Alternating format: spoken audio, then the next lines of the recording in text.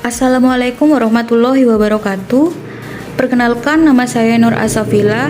Saya dari mahasiswa Akademi Farmasi Yana Susada Bangkalan. Dalam kesempatan kali ini, saya akan mempresentasikan bab 6 tentang studi kelayakan bisnis.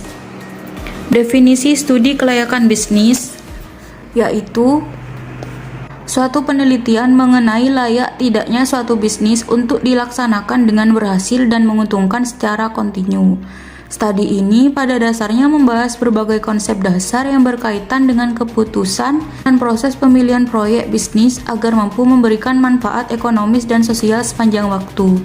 Dalam studi ini, pertimbangan-pertimbangan ekonomis dan teknis sangat penting karena akan dijadikan dasar implementasi kegiatan usaha. Yang kedua, manfaat studi kelayakan bisnis.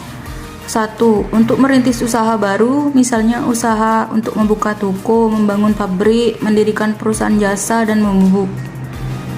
Yang kedua, untuk mengembangkan usaha yang sudah ada, misalnya untuk menambah kapasitas pabrik, untuk memperluas skala usaha, untuk mengganti peralatan atau mesin, untuk memperluas cakupan usaha, dan sebagainya.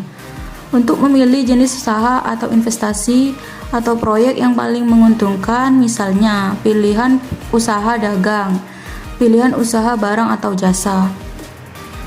Tujuan studi kelayakan bisnis. Tujuan dilakukannya studi kelayakan adalah untuk menghindari keterlanjuran modal yang terlalu besar pada peluang bisnis yang kurang menguntungkan.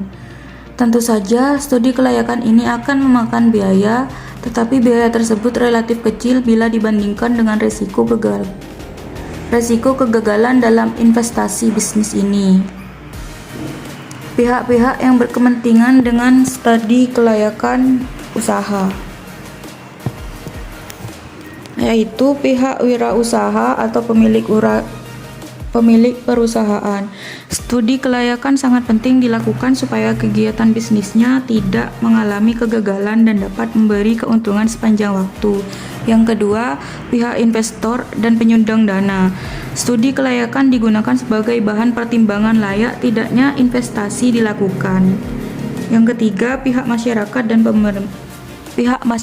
dan pemerintah. Studi kelayakan juga diperlukan terutama sebagai bahan kajian apakah usaha yang didirikan atau dikembangkan bermanfaat bagi masyarakat sekitarnya atau malah merugikan. Intensitas studi kelayakan. Ada beberapa faktor yang mempengaruhi intensitas atau kedalaman dalam suatu kelayakan, antara lain besarnya modal yang diinvestasikan. Umumnya semakin besar jumlah modal ditanamkan, semakin mendalam studi kelayakan dilakukan. Yang kedua, tingkat ketidakpastian proyek. Semakin sulit memperkirakan penghasilan penjualan, biaya, aliran kas, dan lain-lain, maka harus semakin berhati-hati dalam melakukan studi kelayakan. Yang ketiga, kompleksitas elemen-elemen yang mempengaruhi investasi bisnis. Semakin banyak faktor-faktor yang mempengaruhi implementasi proyek investasi, maka semakin berhati-hati melaksanakan studi kelayakannya.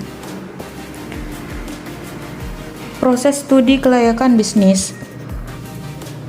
Ada 4 macam. Yang pertama, tahap penemuan ide atau perumusan gagasan. Tahapan penemuan ide ialah tahap di mana wirausaha memiliki ide untuk merintis usaha baru atau mengembangkan usaha yang sudah ada.